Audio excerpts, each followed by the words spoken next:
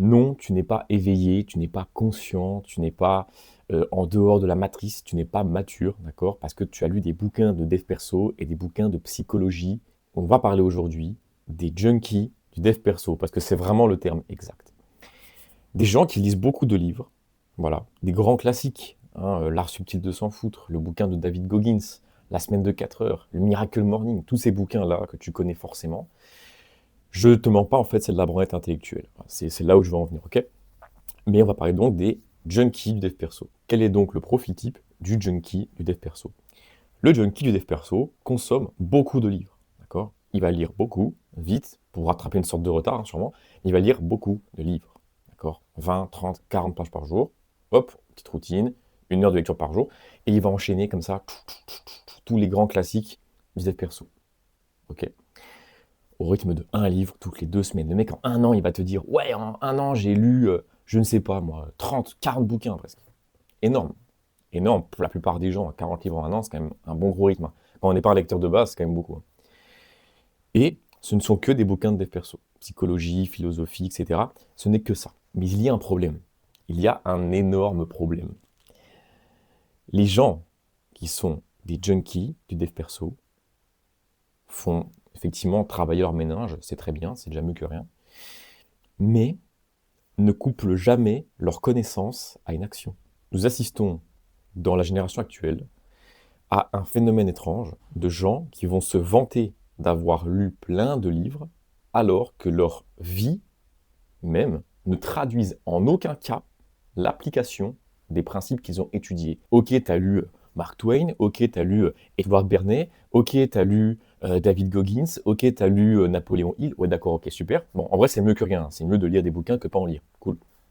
Mais cependant, est-ce que dans ta vie, tu as appliqué ce que tu as lu? Non. Tu as juste cultivé une pensée. Mais elle n'a pas été après semée, si tu vois ce que je veux dire. Donc tu vaux zéro. Donc tu vaux zéro. Tu as peut-être avancé, on va dire, au sens tu t'es cultivé, cool. Mais dans ta vie, il n'y a aucun pas en avant qui a été fait. Il n'y a aucune action qui a découlé de lecture de ces textes-là. Donc à l'échelle du vivant, tu n'as pas avancé. D'accord? Ta vie est strictement la même. Mais à chaque fois que tu vas lire un bouquin, on va te dire celui-là il est bien, celui-là il est bien, celui-là il est mieux, celui-là il est pas bien, mais il faut quand même que tu le lises. Nanana, nanana, nanana, nanana. Et tu vas jongler de livre en livre, de livre en livre, de podcast en podcast, de vidéaste en vidéaste, de, je sais pas moi, de compte Instagram motivation en compte Instagram motivation, en bouquin de psychologie, en bouquin de trucs, en bouquin de chouette, et en fait, tu n'avances pas. Donc sur un plan, on va dire, immatériel, tu es en train d'avancer, parce que tu es en train d'emmagasiner beaucoup de connaissances, mais sur un plan matériel, tu as juste une bibliothèque qui se remplit. Toute connaissance est inutile si elle n'est pas couplée à une action. J'en ai strictement rien à taper que tu aies lu 500 livres si ta vie, elle est banale. Qu'est-ce que tu as à m'apprendre de la vie si tu n'as rien expérimenté? D'accord? La conclusion de la vidéo, basiquement, en fait, c'est que c'est l'expérience qui forge et pas le savoir. D'accord? Moi, les meilleures leçons de la vie que j'ai apprises, c'est pas en lisant David Goggins, c'est pas en lisant de la philo. Moi, les meilleures leçons que j'ai apprises de la vie, d'accord? Et humblement, mais bon, à mon niveau, hein, la maturité que j'ai actuellement, elle ne s'est pas construite parce que j'ai lu du Marc Aurèle. D'accord? Elle s'est construite parce que j'ai traversé des épreuves. Point final. Point final. Et que devant moi, j'ai eu des gens qui étaient plus matures que moi et qui m'ont appris ma défaillance sur un sujet ou qui m'ont fait une leçon de morale parce que je venais de traverser une épreuve qui était difficile. Donc schéma très classique, transmission de savoir de quelqu'un qui a déjà expérimenté la chose et planché dessus, et il te transmet, il t'enseigne cette nouvelle leçon parce que tu viens à ton tour de traverser cette épreuve-là. Ce n'est que de la transmission de bouche à oreille. Ça, pour moi, c'est le vrai dev perso. Encore, faut-il se soumettre à des épreuves qui sont difficiles et devant toi, avoir des gens plus matures qui pourront t'enseigner et te faire une leçon de morale sur l'épreuve que tu viens de traverser. C'est le rôle de tes parents ou d'un mentor ou que sais-je. Le pire là-dedans étant que les gros consommateurs de dev perso pensent voir dans la matrice, pensent être éveillés, conscients, matures. Le pire là-dedans, d'accord, c'est que les junkies du dev perso sont souvent des gens qui sont peu humbles. D'accord? Ils vont te dire je suis conscient, je suis éveillé, j'ai compris la matrice, je suis mature. Pourquoi? Parce que tu as lu des bouquins? Tu es mature, tu es conscient et tu es éveillé parce que tu as lu des livres et parce que tu as, je sais pas, maté des séries, des films psychologiques, etc., des psychotrucs, ouais, d'accord. Parce que tu as fait peut-être des voyages spirituels. Ouais, d'accord. Ouais, super. D'accord. Et dans ta vie, qu'est-ce qui atteste que tu es vraiment en train d'appliquer ta maturité sur quelque chose de tangible? Si tu étais vraiment mature, vraiment éveillé, vraiment conscient, tu serais déjà en train d'entreprendre un lot d'actions absolument titanesques et colossales pour créer ta propre réalité de la vie dans laquelle il n'y a pas toutes ces conneries du monde moderne que tu détestes tant. Parce que comme tu es éveillé et mature, d'accord, tu as suffisamment de ressources et de connaissances, a priori, hein, pour créer ta propre réalité. Est-ce que c'est le cas? Non, c'est pas le cas. Ce n'est pas le cas. Donc arrête de dire j'ai lu plein de bouquins, t'as rien fait. Je nuance mon propos quand même. Pour certains, le fait de lire un livre de dev perso, ça peut servir à donner une impulsion qui plus tard amènera un résultat tangible, concret. Ça c'est cool. Ça c'est cool.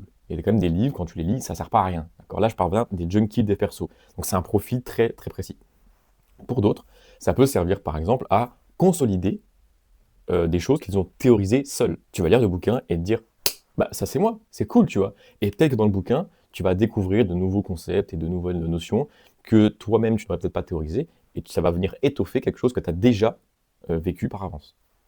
Cool, ça c'est une bonne démarche. Mais c'est pas ce que je décris ici, hein. Là je parle bien des junkies du dev perso. Et là c'est mon avis personnel, d'accord? Pourquoi je ne lis plus quasiment maintenant de bouquins? Ou alors les livres que je lis, c'est des livres que je relis, parce que je les aime bien.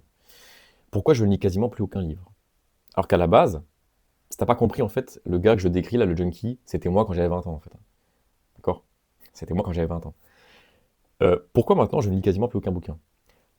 Parce que plus tu vas commencer à acquérir de connaissances, de concepts, de théories, de principes, de frameworks, d'exercices, enfin de ce que tu veux, plus tu vas commencer à théoriser encore, et à collectionner des concepts, des notions, des théories, plus tu seras incapable de penser par toi-même. Ça, c'est ma théorie personnelle. D'accord?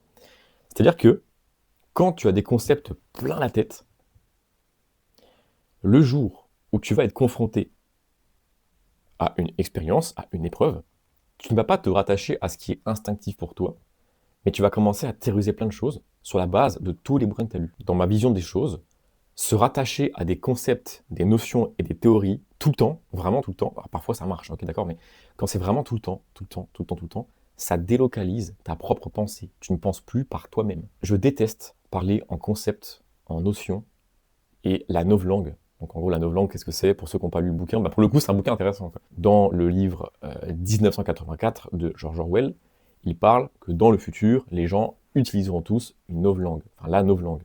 Qu'est-ce que c'est la novlangue? C'est l'art, si tu veux, de tronquer le langage et de remplacer, si tu veux, différentes notions qui à la base sont extrêmement larges, extrêmement précises, extrêmement nuancées et nuançables au travers de un petit mot qui résume tout.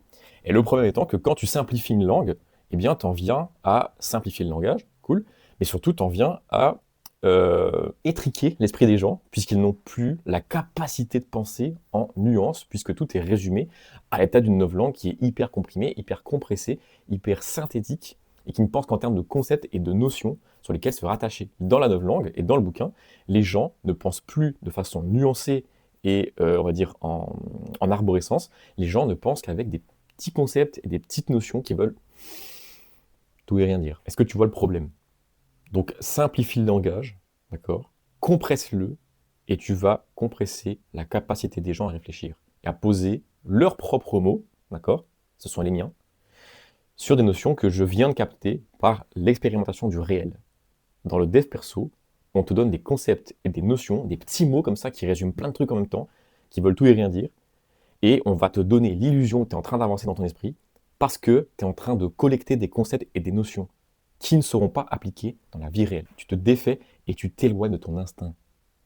Alors là, on pourrait se dire, ouais, mais l'instinct, à l'heure actuelle, franchement, l'instinct, c'est quelque chose de très biaisé. Et pour pouvoir se reconnecter à son instinct dans la société actuelle, c'est un peu compliqué. Et ça, je vous le concède. En fait, ce sont des questions qu'on ne se posait pas à l'époque. Parce que cette notion d'instinct ou de concept et de machin, si tu veux, ce sont des choses qui sont très modernes. Tu veux lire des vrais bouquins, des persos? tu vas lire des bouquins de Grecs et de Romains en slip, écrits il y a 2000 ans. Ces mecs-là, à l'époque, ne se rattachaient pas à des concepts, des notions, des théories. Ces mecs-là écrivaient juste, en fait. Ce sont des gens qui ont juste disserté sur une notion, sans chercher forcément à mettre des mots, des concepts et des théories à deux balles sur ce qu'ils racontent. Ce sont juste des gens qui crachent et qui dégueulent sur un papier, d'accord, tout ce qu'ils pensent et tout ce qu'ils savent. Point barre. Les philosophes contemporains se contentent de malaxer ces textes-là et de les recracher en les complexifiant inutilement avec des notions de concepts, de théories et trucs à deux balles. C'est pour ça que j'aime pas du tout la philosophie moderne, enfin contemporaine, bien que j'ai lu, comme beaucoup de gens, des trucs comme Nietzsche, comme Schopenhauer, comme Kant, etc. Ça me gave en fait. Ça me gave, c'est beaucoup de blabla pour pas grand-chose au final. Quelle est la conclusion de cette vidéo? Parce que c'est bien beau ce que tu racontes Théo, mais pour toi, qu'est-ce que c'est? Quel est le vrai développement personnel? Pour moi, tu te développes personnellement dans l'erreur et il te faut un feedback. Point final, c'est tout. Tu entreprends des choses, tu essayes de façon maladroite, tu vas rater et de cette erreur, tu vas en tirer une leçon. Leçon, d'accord, qui t'apportera donc un enseignement que tu pourras réappliquer ensuite et là, tu vas grandir, tu vas te sentir mature parce que tu auras appris des choses de la vie, une leçon, d'accord. Et à force, comme ça, de collectionner les erreurs, parce que c'est bien plus difficile hein, de collectionner des erreurs et de se planter que de lire 30 pages par jour. Hein. Ah, c'est sûr que c'est beaucoup plus facile de lire des pages à la con. Hein. Donc il faut que tu essayes encore, encore et encore, et que tu trouves le moyen, dans ces essais, d'obtenir un feedback sur ce que tu fais. D'accord? C'est pas compliqué. Mentorat, coaching, tes parents, partenaires, amis. Voilà. Ce genre de choses. Tu apprends au professeur, tu apprends des trucs, tu théorises des trucs, tu essayes, tu te plantes, tu te fais corriger, tu avances. Tu veux te lancer dans une nouvelle discipline, tu vas aller voir un petit peu les tenants et aboutissants, tu vas dire ok c'est facile, ok c'est dur, ok c'est machin, ok c'est bidule. Tu vas essayer un peu dans ton coin, ça va être nul, ça va être naze, ça va être nul. Tu vas te planter, ok. Et après tu vas chercher par une capacité d'auto-analyse. En fait pour moi c'est ça le point de la vidéo, hein. C'est que le vrai dev perso, c'est d'abord avoir un esprit d'auto-analyse. Si tu n'arrives pas à tirer des leçons de ton vécu, tu ne peux pas avancer en fait. Tu ne peux pas avancer. Si tu répètes les mêmes schémas tout le temps, si tu répètes les mêmes erreurs tout le temps, répéter une erreur une fois, c'est pas trop grave. La répéter 5 ou 6 fois, au bout d'un moment, voilà, faut quand même avancer. Tu vois. Ta capacité à t'auto-analyser dans ta propre progression, c'est ça qui va dicter ta vitesse de développement personnel. Ok? Si tu fais que de retomber tout le temps dans les mêmes schémas, dans les mêmes erreurs, tu ne progresses pas. Même si à côté, tu lis plein de bouquins, tu vas à des conférences, tu vas regarder des films, tu vas scroller et tout. On s'en bat les couilles, on s'en fout. T'as pas avancé. Tu fais une erreur, tu notes, tu la surmontes, tu avances, et là tu te développes. Arrête de lire un énième bouquin. Ok? Arrête de lire un énième bouquin de dev perso. Le vrai dev perso, c'est l'essai-erreur. Tu te souviens de ce schéma? Je pense que je mettrai ça ici. Input, process, output, feedback. Itération, c'est du machine learning. On ne réinvente pas la roue. Les machines répliquent des mécaniques qui sont déjà ancrées dans ton esprit. Beaucoup de gens s'extasient devant l'exploit de la technologie. Non, la technologie ne fait que mimer, ne fait que de singer, littéralement, comment le cerveau fonctionne. Le machine learning, c'est quelque chose qui existe depuis des milliards d'années. D'accord? Tout le monde s'extasie devant. Ouah, l'IA, elle peut apprendre toute seule. Non, en fait, l'IA, elle est incroyable. Pourquoi? Parce qu'elle peut faire ce truc-là, input, process, output, feedback, hyper vite. Elle peut le faire plus vite qu'un être humain. Mais à la base, le concept de input, process, output, feedback, même les bactéries, elles l'ont en fait. Même une bactérie à la con, elle peut le faire. Depuis 4,5 milliards d'années, en fait, ça existe ce truc-là. Donc, on ne réinvente pas la roue, d'accord? Les humains se croient intelligents parce qu'ils ont la parole. Ils peuvent effectivement théoriser beaucoup de choses. Ils sont super intelligents parce qu'ils peuvent écrire sur un paplard beaucoup de conneries. Ouais, c'est génial. Ouais, super, c'est magnifique. Hein, on ne réinvente pas la roue. La vie est un concept d'insecte. Tu kiffes la philosophie, Émile Cioran. Émile Cioran a écrit un bouquin, bon, il n'est pas très fun. C'est-à-dire que même lui, il définit la vie comme un concept d'insecte. Le bouquin a été écrit il y a, je sais pas moi, 50 ans. D'accord? 50 ans. Mais sauf que la vie est un concept d'insecte. C'est une info qu'on a déjà tous en tête depuis que la vie existe. D'accord? Ça veut juste dire que la vie, c'est primitif.